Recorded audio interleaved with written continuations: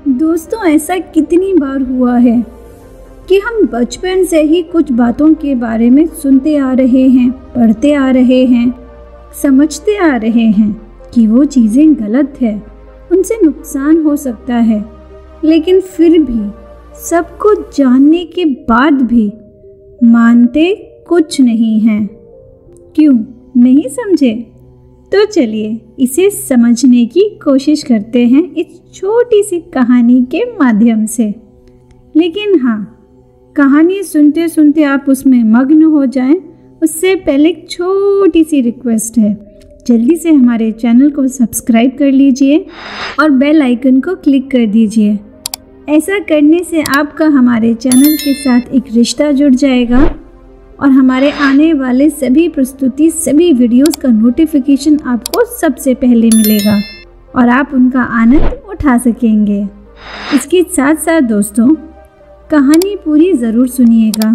अगर कहानी पसंद आए तो वीडियो को लाइक करना बिल्कुल मत भूलिएगा। आपका एक लाइक हमें बहुत प्रोत्साहित करता है और इसके साथ साथ आपके लाइक करने के कारण YouTube हमारी वीडियो को और भी लोगों तक पहुंचाने में हमारी बहुत मदद करता है। तो अगर वीडियो पसंद आए तो लाइक करना बिल्कुल मत भूलिएगा। तो चलिए आप और हम मिलकर सुनते हैं आज की कहानी। एक बहुत बड़ा व्यापारी था। उसे व्यापार में केवल और केवल तरक्की करना ही पसंद था। यानी कि अगर ऐसा कहा जाए कि दिन दुगनी रात चौगनी, बस तरक्की ही तरक्की, तरक्की ही तरक्की, तो शायद ये गलत नहीं होगा। और इसके लिए वो रात दिन केवल और केवल काम करता था।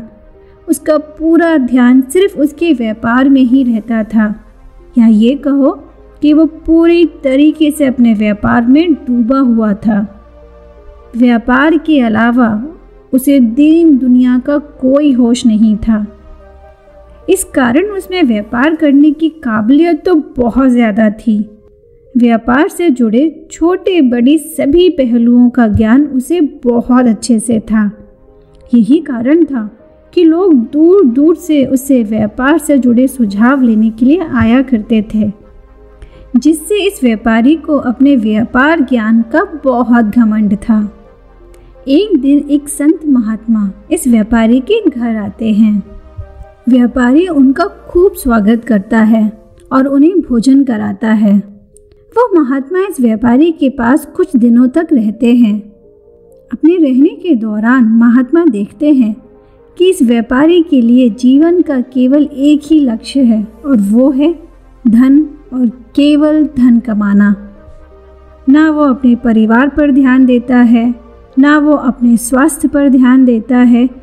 किसी भी चीज़ से उसे कोई लेना देना नहीं है। इसके साथ साथ जिस भी व्यक्ति से वो बात करता तो उनसे भी केवल व्यापार से जुड़ी हुई बातें करता और अपने आप को एक सफल व्यापारी होने का घमंड ज़रूर प्रदर्शित करता।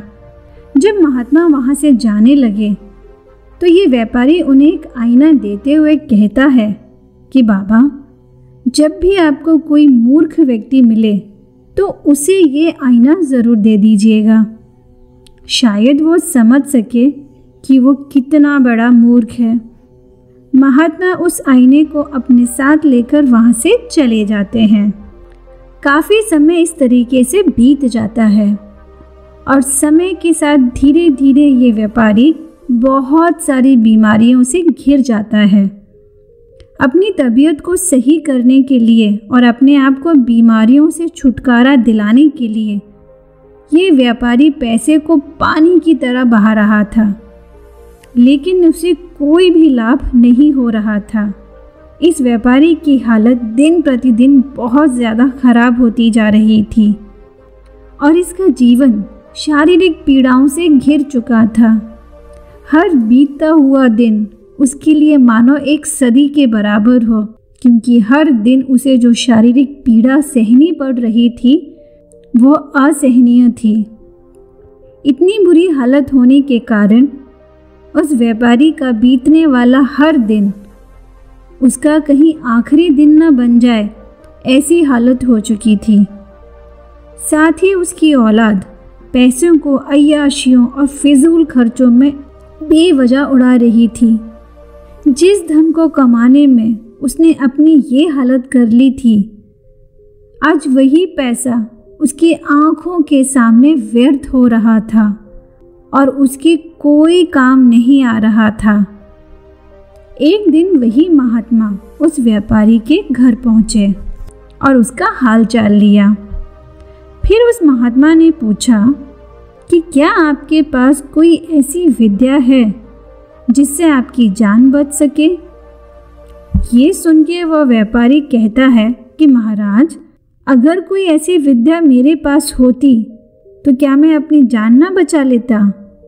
यूं ही आपके सामने इस अवस्था में ना होता।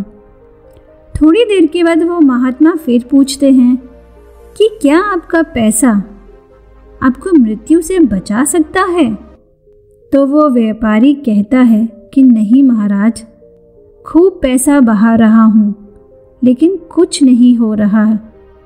तो इस पर उन महात्मा ने वही आईना जो सालों पहले इस व्यापारी ने इन महात्मा को दिया था, उस व्यापारी को देते हुए कहते हैं कि ये आईना आपको याद है जो आपने मुझे सालों पहले दिया था।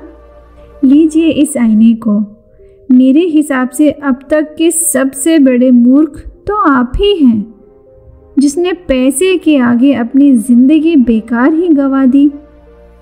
व्यापारी को भी महात्मा की बातें अब समझ आ चुकी थीं, लेकिन अब बहुत देर हो चुकी थी। तो दोस्तों, आपको नहीं लगता कि हमें इस व्यापारी की तरह देर बिल्कुल नहीं करनी चाहिए? मुझे लगता है कि आप समझ चुके हैं कि मैं क्या आपको समझाना चाहती हूँ। तो बस यही कहना चाहूँगी कि कहीं देर ना हो जाए, संभल जाइए। तो आप सब बताइए कैसी लगी ये कहानी आपको, हमें नीचे कमेंट करके ज़रूर बताइएगा। और हाँ, अपना फीडबैक हमें नीचे कमेंट करके ज़रूर बताइए। अगर आप कोई सुझाव देना चाहते हो तो उसका भी बहुत बहुत स्वागत है। उम्मीद है कि आपको वीडियो ज़रूर अच्छा लगा होगा। यदि हाँ, तो जल्दी से इस वीडियो को लाइक और शेयर कर दीजिए। और अगर अभी तक आपने हमारे चैनल को सब्सक्राइब नहीं किया है तो जल्दी से हमारे चैनल को सब्सक्राइब कर लीजिए। नीचे एक सब्सक्राइब बटन है, उसे दबाकर बेल आइकन को दबाकर ऑल पर क्लिक कर दीजिए। ऐसा करने से आप हमारे साथ जुड़ जाएंगे, हमारी इस YouTube फैमिली के सदस्य बन जाएंगे और हमारी आने वाली सभी प्रस्तुति का लुत्फ़ उठा पाएंगे। तो आज के लिए बस यही। मिलते हैं आपसे अगले वीडियो में एक और नई कहानी के साथ। तब तक के लिए नमस्कार।